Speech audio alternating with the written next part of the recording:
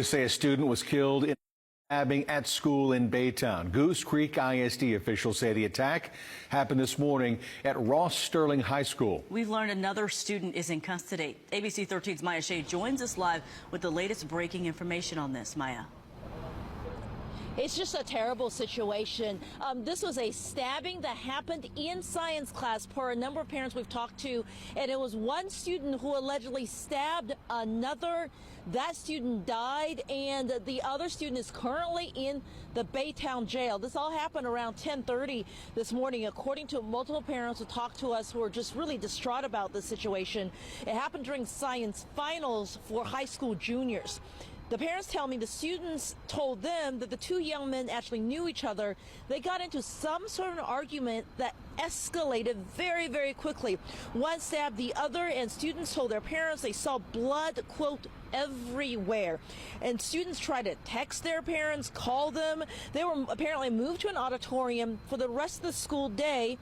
But the school day itself here at Sterling High School continued. That means students in other classes, they had to take finals. They went to finals. Students went to lunch. Everything as scheduled, while apparently the science classroom was blocked off by crime scene tape. Now, we spoke to one mom who got that disturbing text from her son. She reads it to us, and others who say they are just devastated by what occurred. Two children from his class fought, and one of them stabbed the other one over and over. I got called by a friend that said, hey, just so you know, the school's on lockdown. One of the kids got stabbed in the neck with a pair of scissors. And I immediately called my granddaughter, and no answer. Then you go under, is it your kid? Now, Goose Creek ISD did release a statement late this afternoon confirming everything that's happened, but it would not release the names of any of the students involved, including the 18-year-old who is now under arrest. Baytown police does have a mugshot. They have the young man in their city jail. They're working on releasing some information on that if they can, but at the end of the day, we expect most of the information to come from court records from the Harris County District Attorney's Office, perhaps some point tomorrow. For now, we're live in Baytown. Maya Shea, ABC 13 Eyewitness News. True tragedy with one young life cut short, the other basically ruined after this deadly fight that prosecutors say started over a missing $21 vape pen. Tonight, high school murder suspect Andre Matthews in an orange jumpsuit accused of fatally stabbing his classmate Andrew Meismer over a THC vape pen. His pen was missing, and he believed the complainant had stolen it. The 18-year-old making his first court appearance Friday as prosecutors revealed the possible motive to the deadly fight at Baytown's Sterling High School on Wednesday. Defendant followed the complainant to the bathroom, searched his pockets, did not find the pen, but instead found a pair of scissors on the complainant's person. He took the scissors and put them in his own waistband. The teens, who prosecutors say were friends, then ended up in an empty classroom where the search for that $21 vape turned into a physical fight. Matthews allegedly using those scissors to stab Meismer. Airlifted to the hospital, the 16-year-old died from a puncture wound to the neck. No one answered the door at the teen suspect's apartment after his court-appointed defense attorney shared his sister is his guardian. We're going to dig deep into this. I need to see that surveillance video. Matthews doesn't have a criminal history, but parents and students have demanded answers all week, claiming he had a history of serious discipline issues at the school, issues Goose Creek CISD has refused to address. He's a senior in high school, right? This is very jarring for anybody to hear. Matthews is being held on a $3 million bond. We expect Harris County prosecutors to return to the courtroom early next year when they're expected to argue to keep Matthews in jail without bond. Goose Creek CISD has refused to answer any specific questions about this case. The district also would not provide the police chief to answer any of our questions on camera. Reporting at the Harris County Jail, I'm Bryce Newberry, KPRC 2 News. Okay, this is a crazy story. How does someone get stabbed at your school and then you make school go on like a normal day? Yo, these people are crazy. So what happened was on Wednesday, December 17th at 10:40 a.m. Andrew asks the teacher if he can be excused to go to the bathroom. Minutes later, Andre asks to be excused as well to go to the restroom. Okay, so when they're in the bathroom, Andre pats him down, pats Andrew down, and finds a pair of scissors on his person. So he takes the scissors out of his pocket and then puts the scissors in his pocket. All right, so then they walk to an empty classroom. Okay, that's where they go. They go to an empty classroom and they start arguing again. And then that's when a female student comes in to the classroom. Okay, so she hears Andre telling Andrew, "You owe me $21 for that vape pen you lost." So he cracks him. So Andre cracks Andrew upside the head, and then they start fighting. Okay,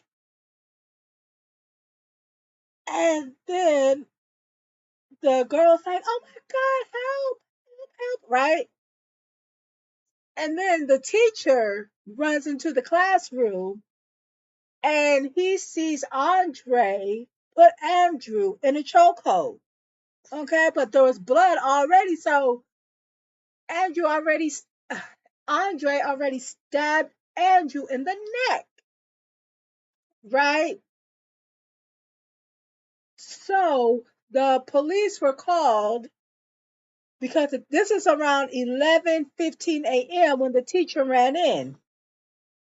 So the police were called, and Andrew was lifted by helicopter to the hospital by life flight.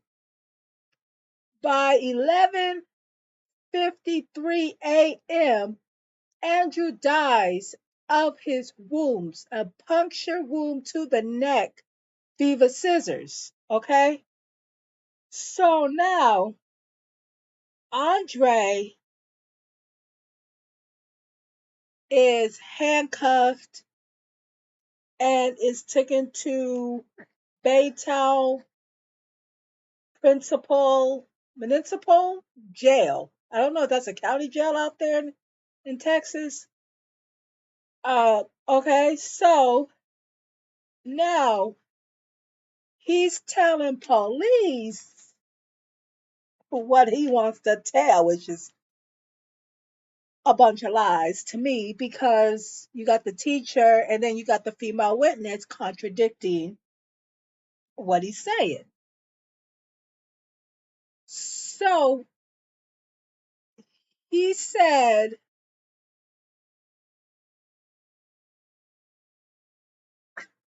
Andre admitted that he followed Andrew to the bathroom to confront him about his vape pen missing. Okay, so then Andre denied stomping on Andrew's head after they were broken up. Andre said that he put Andrew in a chokehold after the teacher came in the classroom, but the female witness said otherwise, right? And the teacher did too. Andre said that he wanted to defend himself from Andrew. That's when he got the scissors and swung the scissors at him. He believed that he stabbed Andrew in the eye. What makes that even better? That does make no sense. That's even okay. Andre said Andrew hit him twice with a closed fist as he was crouching down. Again, the female did not see this. Andre said that Andrew was bigger than him and he didn't want to get beat up by Andrew. I think this is lies. I think so. Like, why can't you just tell the truth? There's two people in the room with you, right? The teacher may not have seen you swung the scissors, but a female did, okay? And the teacher broke you guys up. All right, so one student told the news that Andre, excuse me, had a violent history, right? And the school did nothing about it. They just kept letting him back into school, okay? And then another student said that they cleaned up the blood for 30 minutes. So they cleaned up the blood for 30 minutes and then sent them back to class like nothing happened. Usually when school incidents like this happens, the kids are evacuated immediately. Are they told to stay in their classrooms until it's safe to evacuate? And then they go home. The students just return straight to school like it's a normal day. And the school didn't shut down. I don't know what in the bejesus is going on with this school. Okay, so on Friday, Andre was transferred to Harris County Jail, and that's where he got his court appearance. He got $3 million bond, okay, for this incident. But I guess they revoked the bond or whatever, so now he's just sitting in jail waiting for his hearing in January 2026. Oh man. And Andre said him and Andrew were friends. How could you stab your friend in the neck? This is disgusting. But hell, what do I know? I'm just a talking head. Have a great day, YouTube. Yesterday at Ross and Sterling High School, a 16-year-old lost his life. And they continued on to have class today as if nothing happened yesterday. This was some very disrespectful behavior to think, oh, well, we just have to continue on the next day because nothing really happened. If the student didn't pass away on campus, it may have been a little bit different, but it still should have been a closed campus today. But the student lost their life on campus and y'all moved on like nothing happened yesterday. Absolutely terrible way to control your environment that y'all didn't do anything. And from the way that these students are out there protesting, it gives this was a continuous problem and not it just kind of happened. It's giving that something was going on between these two students because these students standing out there to protest means more was going on than meets the eye. So yesterday, 16-year-old Andrew Meisimer, I hope I'm saying the name correctly, please forgive me if I'm not. He ended up losing his life after a fight with an 18-year-old student, and that 18-year-old student stabbed him in the neck, and he did not survive his injuries. Now, they, of course, just let us know, oh, a student passed away, and that was that.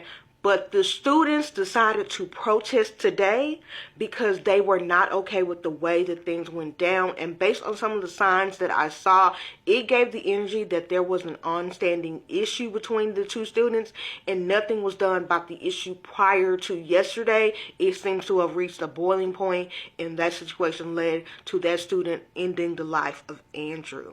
Now, the 18-year-old has been taken into custody and charged. So my heart absolutely goes out to the students, the family members, members and the friends of Andrew that were, number one, willing to stand out in front of that school to let it be known that the school's behavior today was unacceptable, because just continuing with classes like nobody lost their life yesterday is absolutely crazy work. My heart goes out to his family members that are dealing with his loss, and as it seems, there needs to be more of an investigation done into why nothing was done if this was a continuous issue between two students and it ended up being with one losing their life. This was over a $21 vape pen. Are we really serious about life? This is the second incident in a 2-week time frame span over a vape pen in high school students. Ain't they illegal now? Why are the vape pens even an issue? So yesterday I brought y'all the situation about Andrew Meisimer, who was 16 years old, was taken at Ross Sterling High School. He was stabbed in the neck with a pair of scissors by 18-year-old Andre Matthews, and it was over a $21 vape pen. Now, Andre has a very lengthy behavioral past, and it was released yesterday. I'm not going to go over it, but it was released, and his past with behavioral issues is quite long.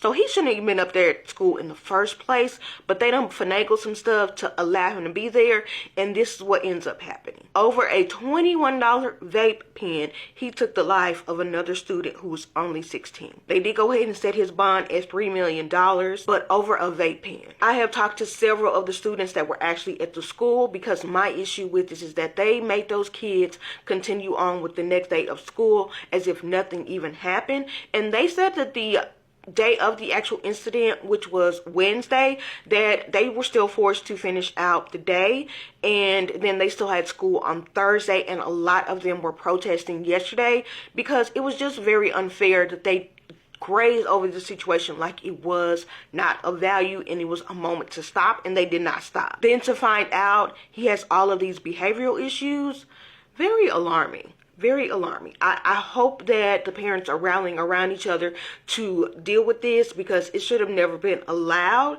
that they just graze over the loss of life of a student who passed away on campus. Y'all, this 18-year-old boy stabbed his friend in the neck at school over a $21 vape pen.